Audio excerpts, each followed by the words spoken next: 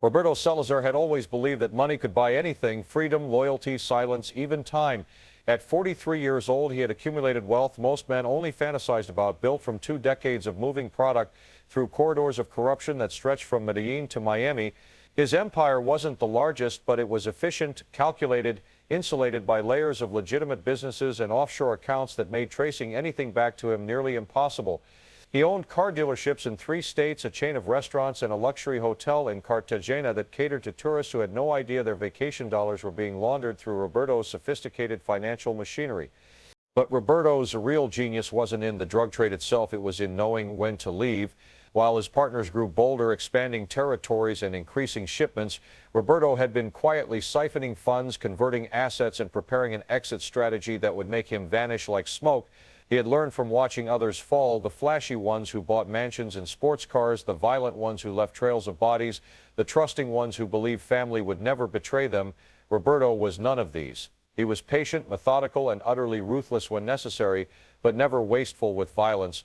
His wife, Elena, knew nothing of the details. She believed he was a successful businessman with diverse investments, and Roberto preferred it that way. Their daughter, Sophia, was studying architecture at UCLA, her tuition paid in full, her future secure regardless of what happened to him. Roberto had set up trusts, hidden accounts, and fail-safes that would provide for them even if he disappeared, because disappearing was exactly what Roberto had planned to do. The problem was that disappearing required more than just money and planning. It required perfect timing and an understanding that in his world, trust was a currency more volatile than any cryptocurrency. Roberto had partners, men who had worked with him for years, men who believed they were equals in an enterprise that Roberto had secretly restructured to make himself the only one with access to the full financial picture. He had been consolidating, transferring, and converting for 18 months, preparing for a moment that would come suddenly and without warning. That moment arrived on a humid Tuesday in August. Roberto received word through one of his informants that federal agents had finally pieced together enough evidence to move against his organization. They had cooperating witnesses, wiretaps, and financial records that would unravel everything within weeks. Roberto's partners didn't know yet. They were still conducting business as usual, still meeting at the warehouse on Thursday nights, still believing they were untouchable. Roberto didn't wait for Thursday. On Wednesday afternoon, he walked out of his office in downtown Miami carrying only a leather briefcase and wearing a suit that cost more than most people's cars. He told his secretary he was going to lunch. He never came back. By the time anyone realized something was wrong, Roberto had already crossed into Mexico using a passport under a different name, one of 7 he had prepared over the years. The briefcase contained nothing but a tablet, a phone, and a few documents. Everything else, the $100 million his partners would soon discover missing, had been moved months ago, distributed across accounts in Singapore, Switzerland, the Cayman Islands, and cryptocurrencies that existed only in digital wallets protected by encryption even government agencies struggled to crack. What Roberto hadn't counted on was Carlos Mendoza's brother, working as a clerk in a bank in Panama City. Carlos was one of his partners, a man Roberto had known since they were both running small-time operations in their 20s. Carlos had a hot temper but was generally reliable, good at managing the distribution networks in the southeastern United States. When Carlos discovered that Roberto had emptied their shared accounts, accounts that contained not just Roberto's money but funds belonging to all 5 partners, his rage was volcanic. Carlos made calls, he activated networks, he offered rewards, and because Roberto, despite his careful planning, had made one small mistake, he had been seen by a hotel clerk in Guatemala City who recognized him from a news report. Carlos learned where he was within 72 hours of his disappearance. Roberto was arrested by local authorities in Guatemala on charges that were vague and clearly fabricated, but which gave them legal grounds to detain him while the Americans worked out extradition. He was placed in La Esperanza prison, a facility whose name, The Hope, was darkly ironic given its reputation. La Esperanza was where Guatemala sent its most dangerous criminals, where gang members ran their organizations from inside the walls, where guards were underpaid and easily corrupted, and where men disappeared into the general population like stones thrown into deep water. The prison was a 3-story concrete structure built in the 1960s, designed to hold 500 inmates, but currently housing nearly 2,000. The walls were stained with decades of grime, mold, and substances Roberto didn't want to identify.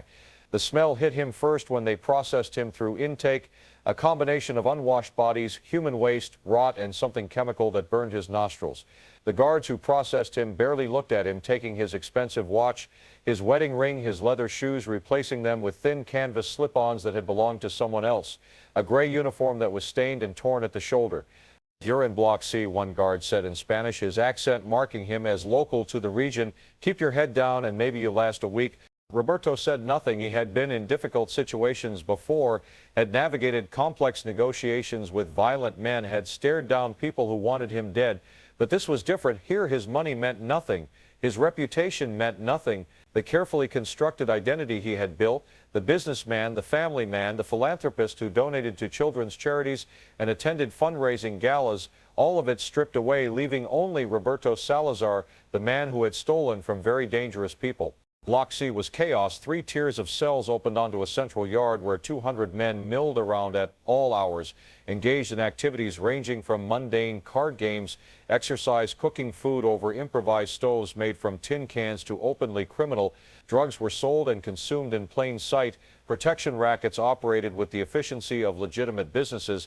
Gang affiliations were marked by tattoos, clothing colors, and the parts of the yard where different groups congregated. Roberto was placed in a cell on the 2nd tier with 3 other men. 2 were gang members covered in tattoos that told stories of violence Roberto could read like a resume. The 3rd was an older man, maybe 60, who sat on his bunk and stared at the wall with eyes that had seen too much. None of them spoke to Roberto that first night. They simply watched him, evaluating, calculating what he might be worth or what threat he might pose. The hierarchy in La Esperanza was immediately clear. At the top were the gang leaders, men who controlled territories within the prison and maintained their power through a combination of violence and economic leverage. They controlled the contraband, the protection, the jobs that made prison life bearable. Below them were the soldiers, the enforcers, the men who carried out orders. Further down were the independents, men who maintained their own space through strength or cunning or useful skills. At the bottom were the weak, the isolated, the ones who paid tribute or sold themselves or simply endured daily humiliation and violence. Roberto understood he was being evaluated from the moment he entered the yard. He walked with his head up, but his eyes carefully observant, not challenging anyone directly, but not showing fear. He found a spot against the far wall where he could see most of the yard and sat down back against concrete that radiated heat from the tropical sun. It took 3 days for someone to approach him. A man in his 30s with a scar running from his left ear to his jaw sat down next to Roberto without asking permission. "I know who you are," the man said in Spanish. "Roberto Salazar, the one who stole from the cartels." Roberto looked at him carefully. "I think you have me confused with someone else." The man smiled, showing gold teeth. "No confusion. Word travels fast. You made some people very angry. They want to know where their money is." "I'm just a businessman who got caught up in false charges." "Sure you are." The man stood up. "My name is Hector. I run things in this block for Los Serpientes. You're going to need protection here, businessman. Men like you don't last long without friends. What would this protection cost?" Hector's smile widened. "Information, that's all. Just information about where you kept certain things, maybe some account numbers, maybe some passwords, small things." Roberto met his eyes. "I don't have any information like that." "Think about it," Hector said. "Think carefully, because the alternative is that you try to survive here without protection, and there are men here who would hurt you very badly just for the reputation of being the one who broke Roberto Salazar." Hector walked away, and Roberto sat very still, his mind racing through calculations and scenarios. He had anticipated many things in his planning, but not this, not being trapped in a place where his money was unreachable, where his connections meant nothing, where the only currency was violence and the willingness to use it. That night, lying on his bunk while his cellmates snored and muttered in their sleep, Roberto began to understand that he was in a different kind of prison than he had imagined. This wasn't just about surviving until extradition or until his lawyers could arrange his release.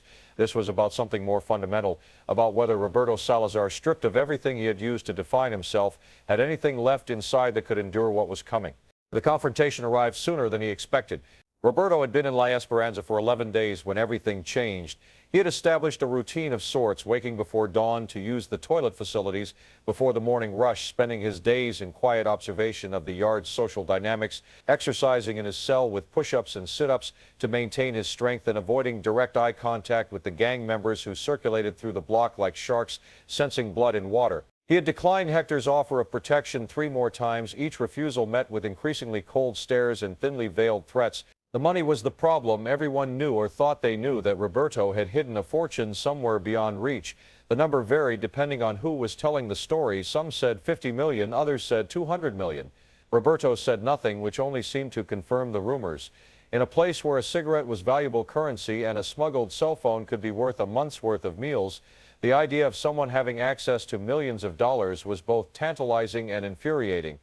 On the 11th day, Roberto was sitting in his usual spot against the yard wall, watching a group of younger inmates play soccer with a ball made of rolled-up cloth and tape.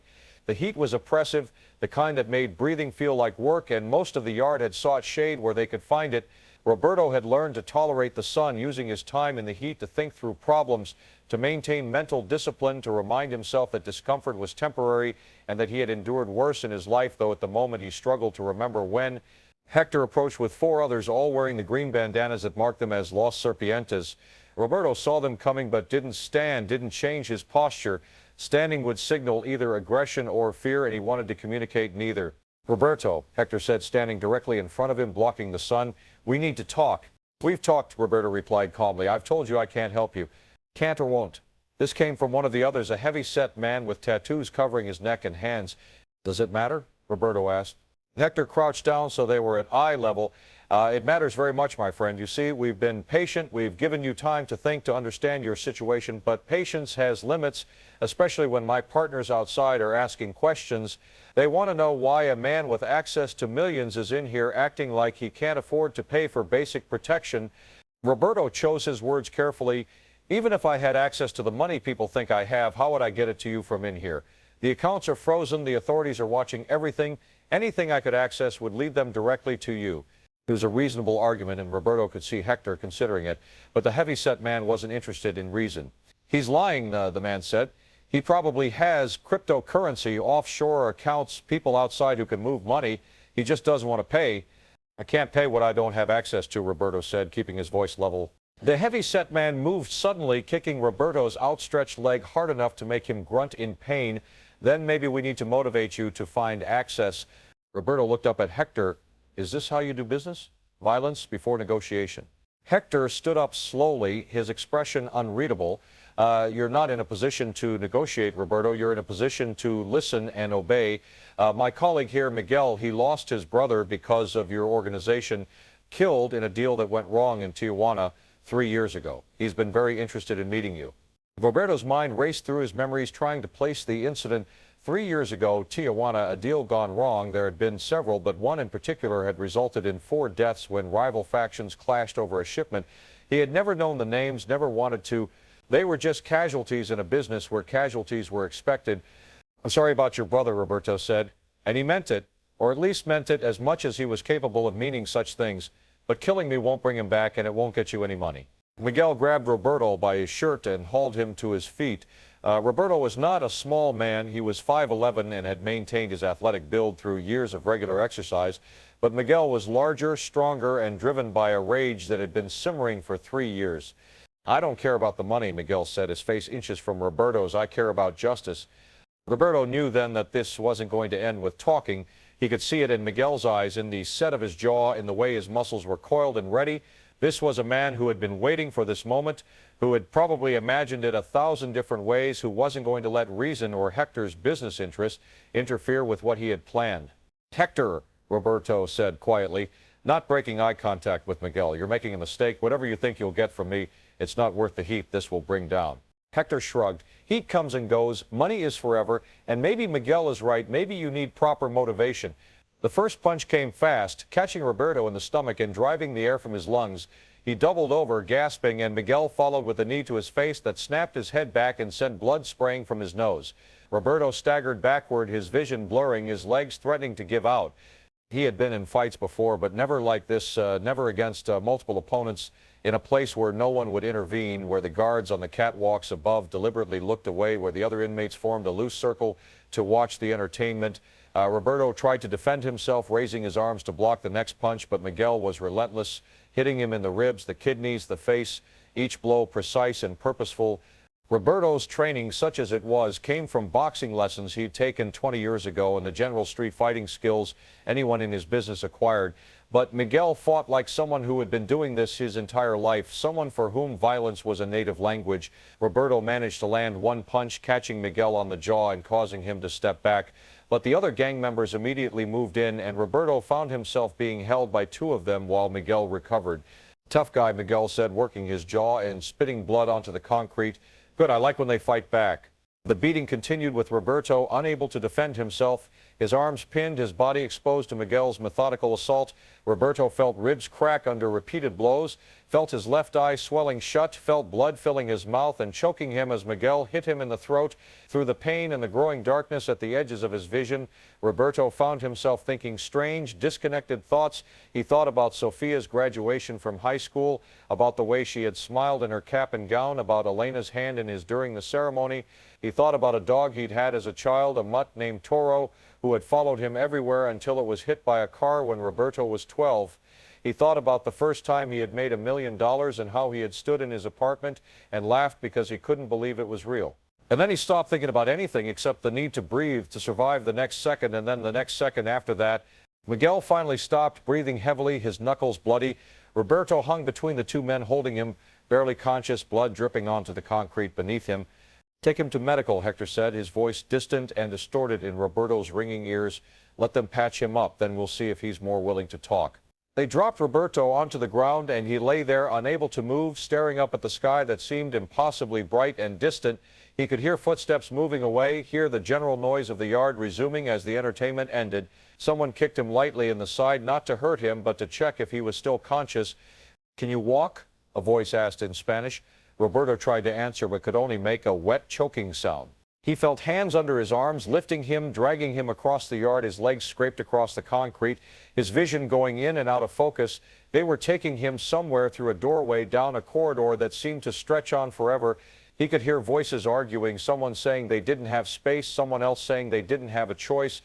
Then he was on a table, hard and cold beneath him, and lights were shining down into his eyes, and someone was touching his face, his ribs, his arms, each touch sending fresh waves of agony through his body. Multiple contusions, broken ribs, possible internal bleeding, a voice said clinically. Fractured orbital bone, damaged kidney, he needs a hospital. "He's not getting a hospital," another voice replied. "Do what you can here." Roberto wanted to speak, wanted to tell them about his lawyers, about his rights, about the money he could pay for proper treatment. But when he opened his mouth, only blood came out, thick and dark, and then the lights above him began to dim and fade, and Roberto Salazar, the man who had stolen $100 million and thought he could buy his way out of anything, slipped into unconsciousness still inside the walls of La Esperanza. Roberto woke to pain so comprehensive that for several moments he couldn't identify specific sources. It was simply everywhere, a totality of suffering that made breathing an act of will and movement unthinkable. His left eye wouldn't open, sealed shut by swelling and dried blood. His right eye cracked open to reveal a water-stained ceiling with exposed pipes and peeling paint. The medical facility, if it could be called that, consisted of a room with 6 metal-framed beds, half of them occupied by men in various states of injury or illness. The smell was antiseptic mixed with infection, a combination that turned Roberto's stomach. A nurse, or someone approximating that role, noticed he was awake and approached with professional detachment. She was perhaps 40, with tired eyes and hands that had clearly dealt with countless injuries like his. She didn't ask how he was feeling. 3 broken ribs on your left side, 2 cracked on the right, she said in Spanish, consulting a clipboard. Fractured orbital bone around your left eye. Your left kidney is bruised but functioning. Multiple contusions, lacerations. You're urinating blood, which is normal given the kidney damage. It should stop in a few days if you're lucky. How long? Roberto tried to speak, but his throat was raw, his voice barely a whisper. How long have you been here? 2 days. You were unconscious for most of it. We gave you antibiotics and painkillers. Though our supply is limited, you'll need to manage without them starting tomorrow. She paused, her expression softening slightly. You were lucky they brought you here at all. Usually fights like that, they just leave you in your cell to heal or die on your own. Roberto tried to process this information through the fog of pain and medication. 2 days.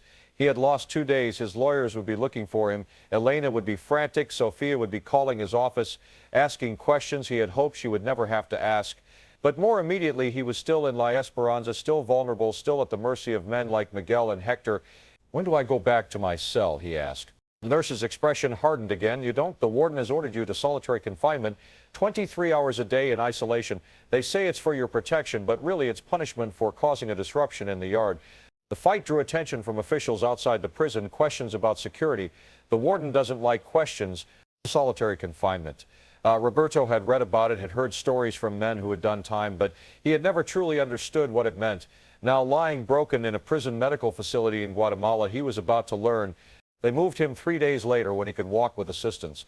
Two guards escorted him through corridors he hadn't seen before, deeper into the prison's interior where natural light became scarce and the walls seemed to press inward.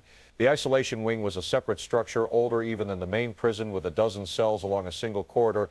Each cell was perhaps 6 feet by 8 feet, containing only a concrete bed platform, a hole in the floor for a toilet, and a small barred window too high to look out of without standing on the bed.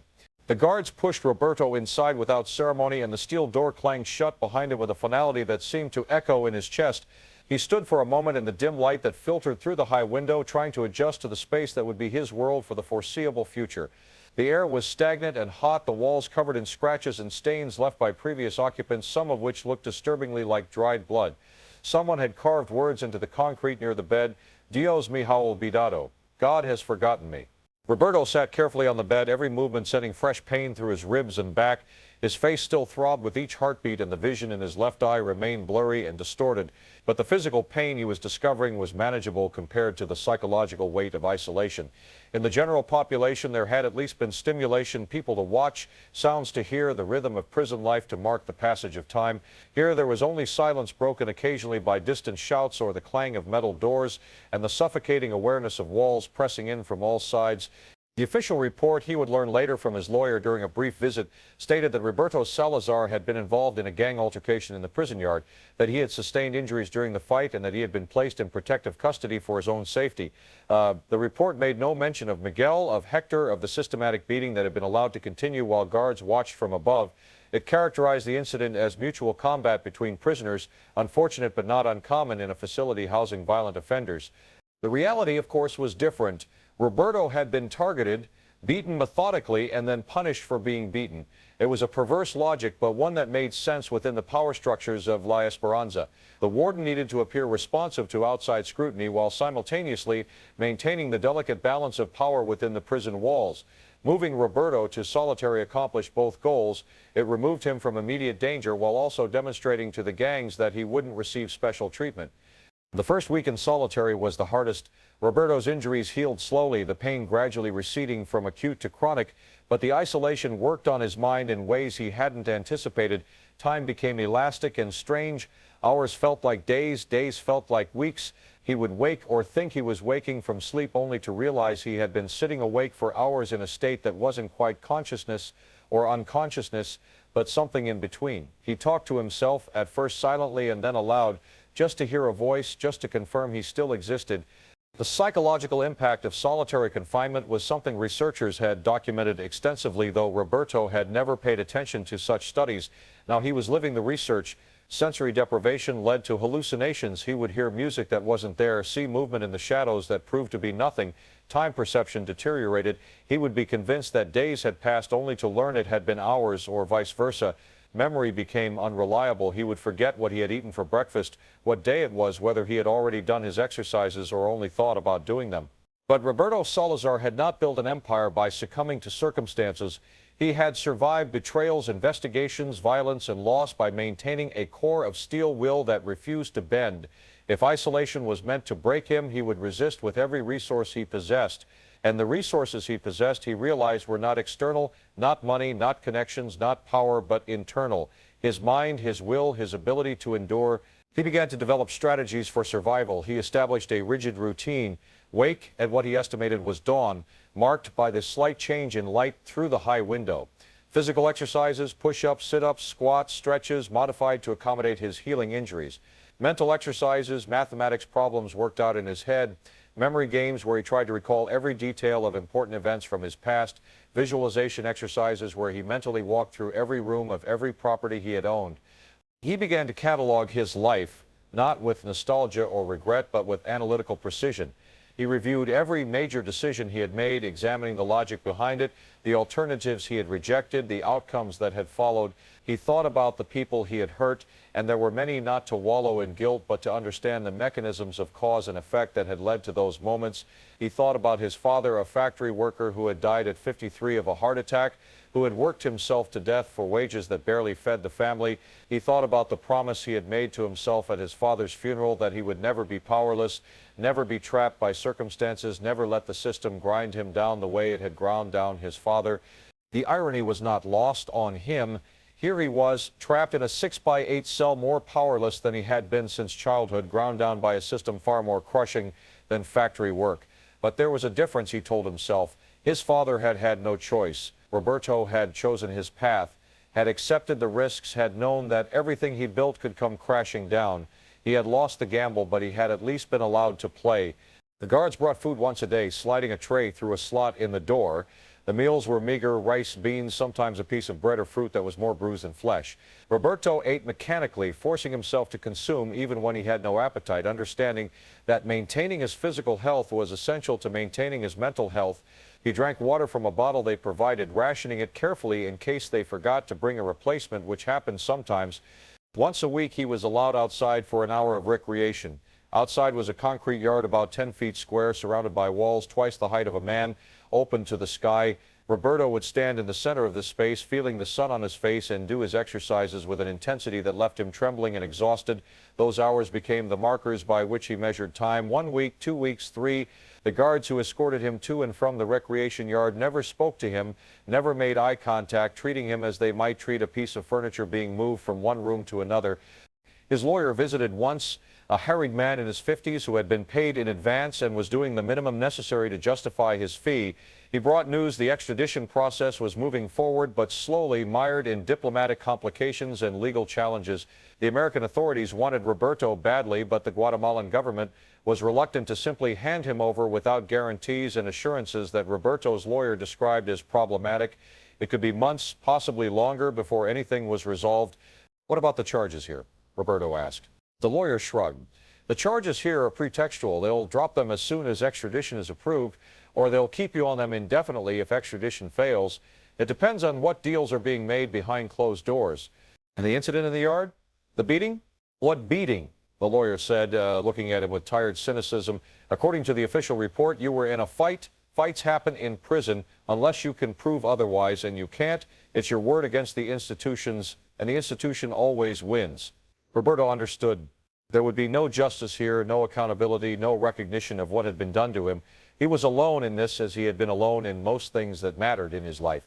The realization was strangely liberating. If he could expect nothing from external sources, not from lawyers, not from guards, not from the system, then he was free to focus entirely on what he could control: his own mind, his own body, his own will to survive.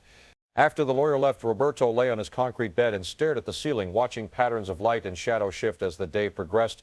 His ribs still ached with each breath. His eyes still saw double sometimes, but these were minor inconveniences.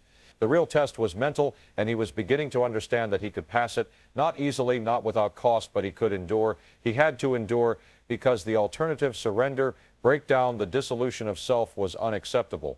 He thought about Miguel, about Hector, about all the men who had participated in or witnessed his beating. He felt no hatred toward them, which surprised him. They were simply actors in a system that rewarded violence and punished weakness. In their position, he might have done the same. In fact, he had done worse, had ordered beatings, had approved killings, had destroyed lives with casual indifference when it served his business interests. The universe, perhaps, was simply balancing accounts. But Roberto didn't believe in cosmic justice or karmic balance. He believed in cause and effect, action and consequence, decisions and outcomes. He had made his decisions. These were the consequences, and now he faced a choice about what decisions to make going forward. He could let this place destroy him, could give in to despair and madness and the grinding weight of isolation, or he could use this time to rebuild himself from the inside out to become something harder and more durable than what he had been before. The words carved into the wall, "God has forgotten me," caught his eye again. Roberto reached up and traced them with his finger, feeling the grooves worn into the concrete by someone's desperate scratching. Then, with his fingernail, he began scratching his own message below it. "Pero yo no me he olvidado," but I have not forgotten myself. It took him 3 days to complete the phrase, working during the quiet hours when the prison seemed to hold its breath between night and day. When it was finished, he sat back and looked at it with satisfaction. A small act of defiance, a marker of identity, a promise to himself that he would not disappear into this place no matter how long it took.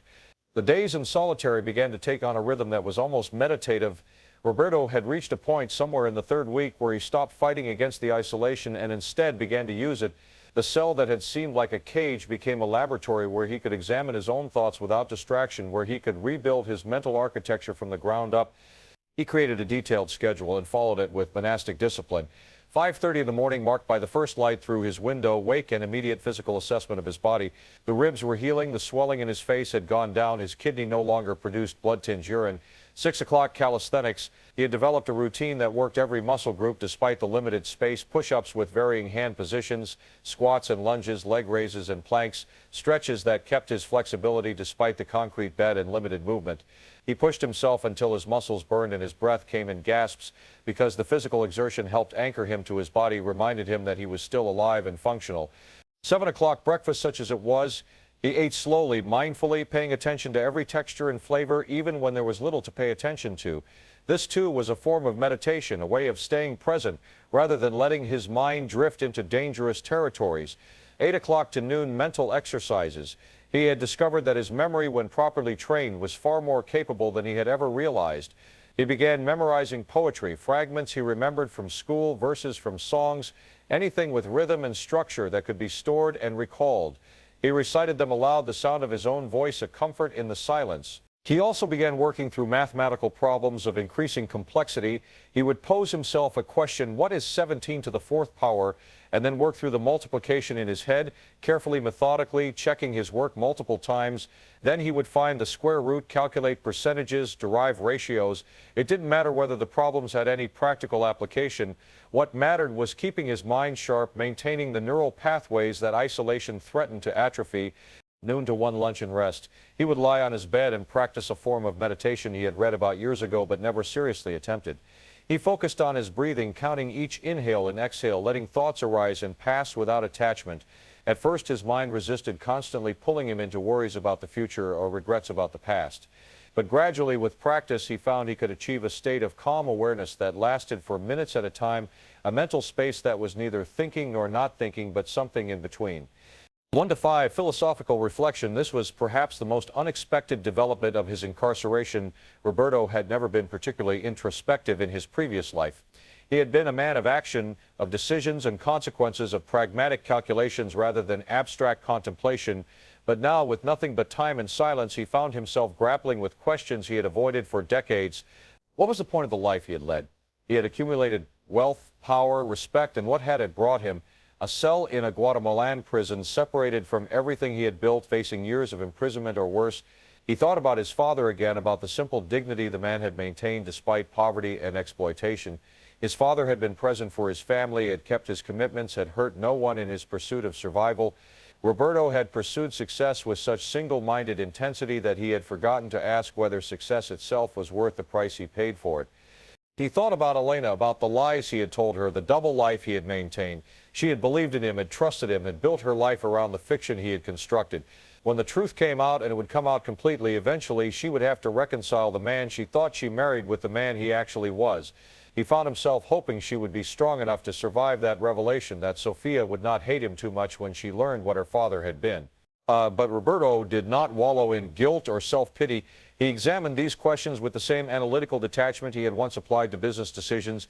He acknowledged his failures, his cruelties, his moral compromises. He also acknowledged that given the same circumstances, the same choices, he would likely make most of the same decisions again. He was not sure what this said about him, whether it indicated strength of character or fundamental moral deficiency, and he found he was no longer certain there was a meaningful difference between the two. 5 to 7, physical training, again lighter than the morning session.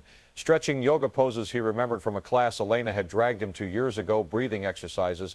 7 to 8, dinner. 8 to 9, what he thought of as his legacy hour. He used this time to think about what he would do when he eventually got out of prison. Not the practical planning of escape or legal maneuvering, but the deeper question of what kind of man he wanted to be in whatever life remained to him. He was 43 years old. If he served a typical sentence for his crimes, he would be in his 60s when released, possibly older. Most of his life would be behind him, most of his opportunities foreclosed. But there would still be time, still be choices to make about how to spend whatever years remained. He thought about teaching, about sharing what he had learned with young people who might make better choices than he had. He thought about writing, about documenting his experiences, not as justification, but as cautionary tale. He thought about simple work, honest work, the kind his father had done, something that contributed value to the world rather than extracting it.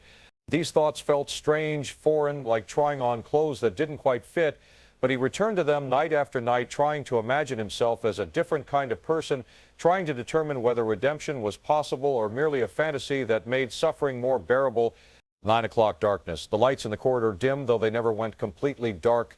Roberto would lie on his bed and practice his memory exercises in reverse, starting from the present moment and working backwards through the day, then through the week, through his time in solitary, through the beating, through his arrival at La Esperanza, through his flight from Miami, backwards through years and decades until he was remembering things from childhood he thought he had forgotten.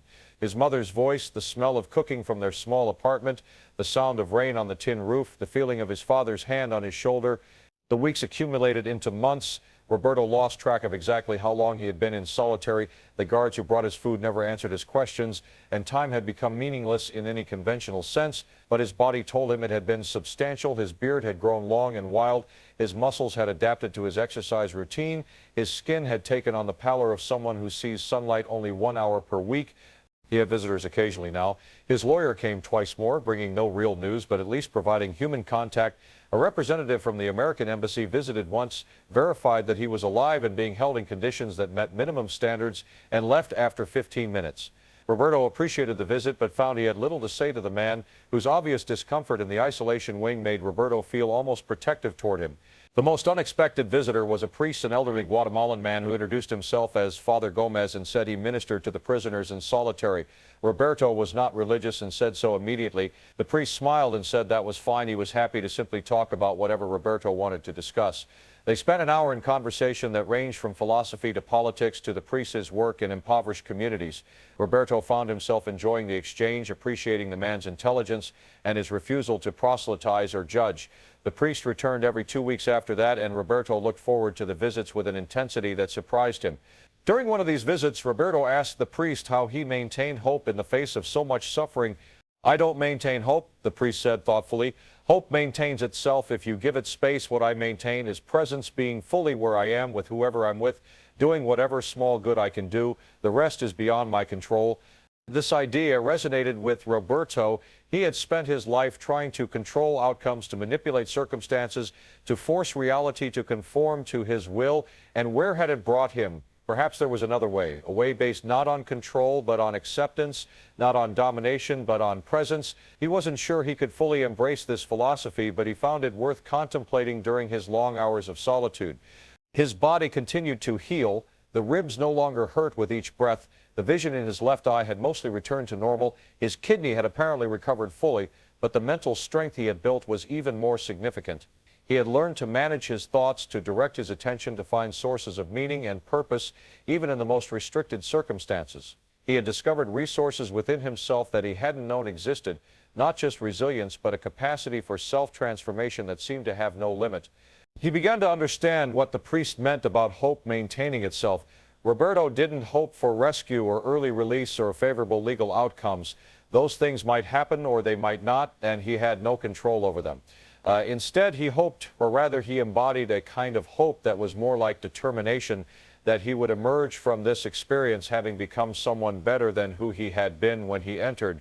Not better in the sense of moral superiority or reformed character, but better in the sense of being more fully himself, more honest about his capabilities and limitations, more aware of what actually mattered. On what he estimated was the 90th day of his solitary confinement, a guard appeared at his cell door and told him to gather his things. Roberto looked around the cell. He had no things to gather beyond the clothes he wore. The guard opened the door and gestured for him to follow. As Roberto walked down the corridor toward the iron door that separated the isolation wing from the main prison, he felt something unexpected, a sense of completion, as though he had finished a course of study or completed a difficult project. The cell had been his crucible, and he had been melted down and reformed into something new. Whether that something was better or worse remained to be seen, but it was undeniably different. The return to general population was jarring in ways Roberto hadn't anticipated. After 3 months of near total silence, the noise of Block C felt like an assault. Hundreds of voices talking, shouting, arguing, laughing, creating a wall of sound that made his head hurt and his heart race. The smells were overwhelming: sweat, food, smoke, cologne, all mixing together into a sensory experience that his nervous system had forgotten how to process. He stood just inside the entrance to the yard, blinking in the sunlight that seemed impossibly bright, trying to reorient himself to the world he had left behind. Men noticed him immediately. Word had spread during his absence. Everyone knew about the beating, about his time in solitary, about the mysterious $100 million. But something had changed in how they looked at him. Where before there had been predatory interest, calculation, contempt for someone who came from privilege and wealth, now there was something closer to respect, or if not respect, at least acknowledgement. He had survived something that broke many men, that counted for something in La Esperanza. Hector approached first, walking across the yard with a casualness that didn't quite hide his wariness. Miguel was nowhere to be seen. Roberto would learn later that he had been transferred to another facility, a move orchestrated by administrators who wanted to avoid further incidents. The other gang members watched from a distance, waiting to see how this interaction would play out. Roberto, Hector said, stopping a few feet away. You look different. Roberto studied him for a moment before responding. I am different. 3 months in the hole will do that. Hector pulled out a cigarette and lit it, offering the pack to Roberto, who declined. We thought maybe you wouldn't come back. Thought maybe your lawyers got you out, or you died in there and they didn't tell anyone. I'm harder to kill than people think. Hector smiled slightly. I'm beginning to believe that. He took a drag from his cigarette, exhaling slowly. Look, about what happened before. Miguel got carried away. Business is business, but that was personal for him. We didn't intend for things to go that far. Roberto considered this carefully calibrated apology. It was as close as someone like Hector would come to admitting fault, and it came with implications. Accepting it would signal that Roberto was willing to move forward without seeking revenge or holding grudges. Rejecting it would restart the conflict. There was also a third option, and that was the one Roberto chose. What Miguel did was understandable, he said quietly. I've caused pain to a lot of people over the years. If every person I hurt or whose family member I hurt wanted to beat me, there would be a very long line.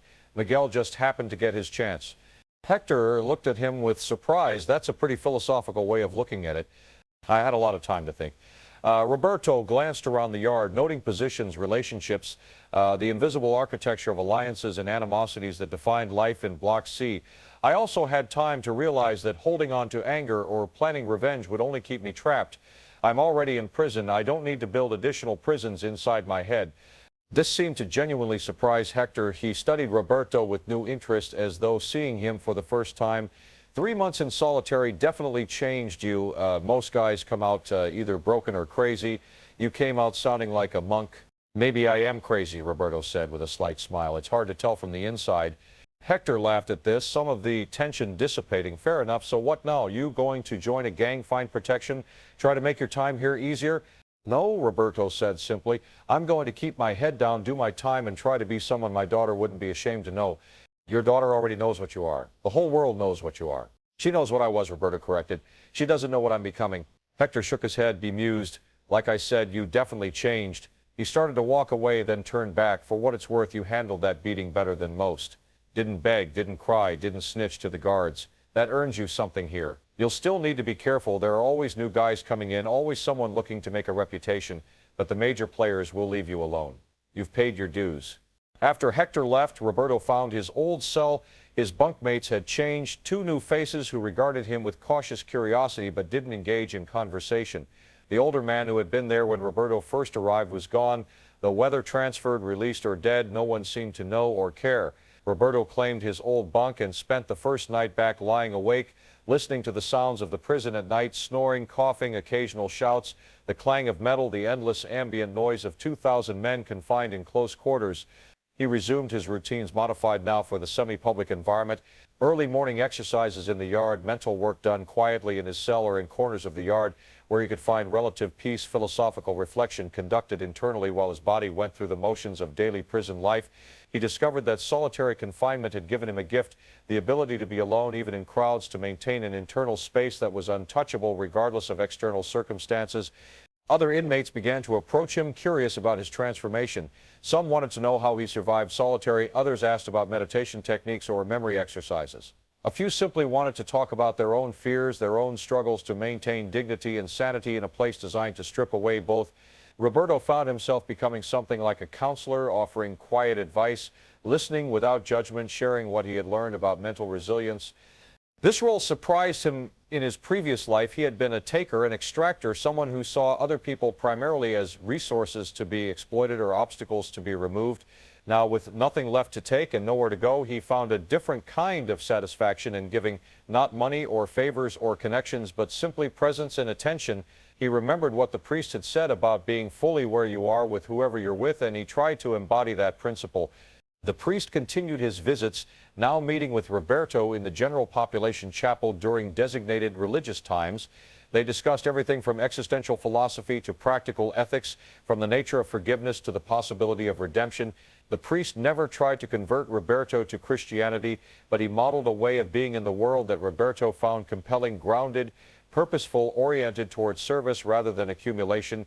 You know what the interesting thing about your situation is? The priest said during one conversation, you had everything and it brought you here, now you have nothing, and you seem more at peace than many wealthy men I know. What does that tell you? That I never really had anything, Roberto replied. I had money, power, the appearance of success, but I didn't have integrity or authentic relationships or even a clear sense of who I was beneath all the roles I was playing. In a strange way, losing everything was necessary to find anything real. And what have you found? Roberto thought about this carefully. I found that I'm stronger than I thought and weaker than I pretended. I found that the things I thought mattered, wealth, power, respect, were mostly ego and fear dressed up as ambition. I found that I can endure almost anything if I stop fighting against it and instead try to learn from it. And I found that even in a place like this, there's room for dignity and purpose if you're willing to look for it. The priest nodded slowly. Those are not small findings. No, Roberto agreed, but they came at a high cost. All important knowledge does. Roberto's lawyer visited with actual news several months after his return to general population. The extradition had been approved. Within weeks, Roberto would be transferred to American custody, flown to Miami, and formally charged with money laundering, drug trafficking, racketeering, and a dozen other federal crimes. He was looking at a minimum of 20 years, possibly life, depending on how his trial went and whether he chose to cooperate with prosecutors. "I want you to testify against your former partners," the lawyer said. "They're offering a reduced sentence if you provide information about the organization's structure, financial operations, and key personnel." Roberto considered this. His former partners had already been arrested, Carlos Mendoza, the others, all of them facing their own prosecutions. Testifying against them would certainly reduce his sentence, might even get him into witness protection, allow him to serve his time in a federal facility with better conditions than La Esperanza. It was the pragmatic choice, the smart play. "No," he said. The lawyer looked at him in disbelief. "No? Roberto, they're offering you a deal that could cut your sentence in half, maybe more." "I know what they're offering. My answer is still no. Can I ask why?" Roberto thought about the 100 conversations he'd had in the yard, about the code that governed life in prison, about the man he was trying to become, because those men trusted me and I already betrayed that trust once when I took the money. I can't betray them again. And because I need to take responsibility for what I did rather than trade information for a lighter sentence, I committed the crimes. I should pay the price. The lawyer shook his head but made notes. "Your choice. I think you're being foolish, but I'll relay your decision." After the lawyer left, Roberto sat in the yard and thought about what lay ahead. 20 years, life, whatever the sentence ended up being, it was almost abstract at this point. He had learned in solitary that time was an illusion anyway, that what mattered was not how many years you had, but what you did with the moments you were given. If he had 20 years in an American federal prison, he would use those years the same way he had used his months in La Esperanza to become someone worth being, to help others where he could, to maintain the internal space he had discovered in his 6x8 cell. He thought about Sophia, now fully aware of who her father was and what he had done. She had written him one letter which had been delivered during his time in solitary, but which he hadn't received until his return to general population. The letter was brief, carefully worded, clearly written with great emotional difficulty. She said she was angry and hurt and confused. She said she didn't know if she could forgive him. But she also said she still loved him somewhere beneath the anger and disappointment, and that she hoped he would use his time in prison to become someone she could be proud of. Roberto had read that letter 100 times, memorizing every word, hearing her voice and the careful phrasing. It was the most precious possession he had, more valuable than the $100 million that had caused so much trouble, more important than any of the things he had accumulated during his years in the drug trade. It represented a connection that wasn't broken, a possibility that wasn't foreclosed, a hope that wasn't foolish. He wrote her back a long letter in which he tried to explain, not excuse, not justify, but simply explain how he had become the person he had been and how he was trying to become someone different. He told her about his time in solitary, about the mental exercises and philosophical reflections, about the discoveries he had made regarding strength and weakness and purpose. He told her he understood if she never wanted to see him or speak to him again, but that he hoped she would give him a chance to prove that people could change, that it was never too late to choose a different path. He didn't know if she would receive the letter, if she would read it, if she did, if it would mean anything to her if she read it. But he had written it, had put his thoughts and feelings into words, had reached across the gulf that separated them and offered something real and honest. That was all he could do. The day came when guards arrived to transfer him. He gathered his few possessions, the letter from Sophia, a small notebook the priest had given him, a book of poetry he had borrowed from the prison library. He said goodbye to the men he had come to know, receiving handshakes and a few gruff expressions of good luck. Hector was there, watching from across the yard, and he raised his hand in a brief salute that Roberto returned. As Roberto walked out of Block C for the last time, escorted by guards toward the processing area where he would be prepared for extradition, he felt something unexpected: gratitude. Gratitude for La Esperanza, for solitary confinement, for the beating that had brought him to the edge of destruction and then allowed him to rebuild. These experiences had been brutal, traumatic, psychologically damaging in ways that would probably affect him for the rest of his life, but they had also been transformative in ways that nothing else could have been. He had come to La Esperanza as Roberto Salazar, drug lord, thief, man who thought he could buy his way out of anything. He was leaving as someone else, not yet sure who, not yet confident in the transformation, but undeniably different. The $100 million were still out there somewhere, distributed across accounts and wallets that only he could access. Eventually, authorities might find some of it, but most of it would remain hidden, an unsolved mystery that would generate speculation and theories for years to come. But Roberto discovered, to his surprise, that he didn't care about the money anymore. It represented a life he no longer wanted, values he no longer held, a version of himself he was trying to leave behind. If he never touched that money again, if it remained in digital accounts until it became worthless, it would be fine. Better than fine, it would be appropriate. What he cared about was the man he saw reflected in the small mirror during processing, a man with a scarred face and hard eyes, but also with something new. Call it wisdom, call it humility, call it the beginning of genuine self-knowledge. This man had been broken and had put himself back together differently. This man had learned that strength came not from dominating others, but from mastering yourself. This man had discovered that the real prison was not concrete and steel, but the limitations you placed on your own capacity for growth and change. As Roberto climbed into the vehicle that would take him to the airport, then to America, then to another prison where he would spend decades of his life, he found himself thinking about the words he had carved into his cell wall. But I have not forgotten myself. He had kept that promise. Through everything that had happened, through the violence and isolation and psychological assault, he had maintained a core of identity that was unbreakable because it was not fixed but fluid, not rigid but adaptable, not resistant to change but embracing it. The vehicle pulled away from La Esperanza, and Roberto watched through the window as the prison receded into the distance. He didn't look back with relief or regret, but with a kind of detached acknowledgement. That chapter was over. New chapters waited, full of challenges and opportunities for continued transformation. He would face them the same way he had faced solitary confinement, with discipline, with philosophical inquiry, with a commitment to becoming someone worth being. The drug lord who had taken off with $100 million was gone. What remained was simply Roberto Salazar, a man trying to figure out how to live with integrity in circumstances that made integrity difficult. It wasn't a dramatic transformation, wasn't the kind of redemption story that would satisfy people who wanted clear villains and heroes, but it was real, and it was his, and it was enough. As the vehicle merged onto the highway, Roberto closed his eyes and began his breathing exercises, counting each inhale and exhale, maintaining the internal space he had worked so hard to create.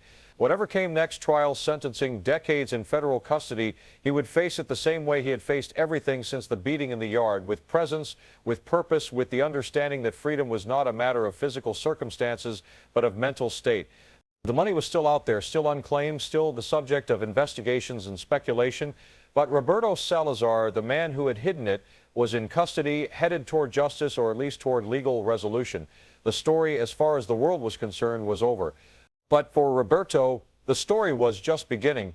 The real story had always been internal, had always been about whether a man who had spent his life taking from others could learn to give, whether someone who had built his identity on power and wealth could discover who he was without either, whether it was ever too late to choose a different path. He had spent 3 months in a 6x8 cell finding out, and the answer, hard won, tested by suffering, proven through endurance, was yes. Yes, it was possible. Yes, people could change. Yes, even in the darkest circumstances, there was room for dignity and purpose and growth. That was the lesson of La Esperanza, the education purchased at such high cost. And as Roberto rode toward his uncertain future, he carried that lesson with him, a treasure more valuable than any amount of money, a victory that no one could take away because it existed entirely within the fortress of his own mind. The guards at the airport were waiting. The plane would take him north. The trial would come. The years would pass. But Roberto Salazar had found something in that Guatemalan prison that would sustain him through whatever came next. The unshakable knowledge that he could endure, that he could adapt, that he could become someone better than who he had been. And in the end, that internal victory was the only one that really mattered.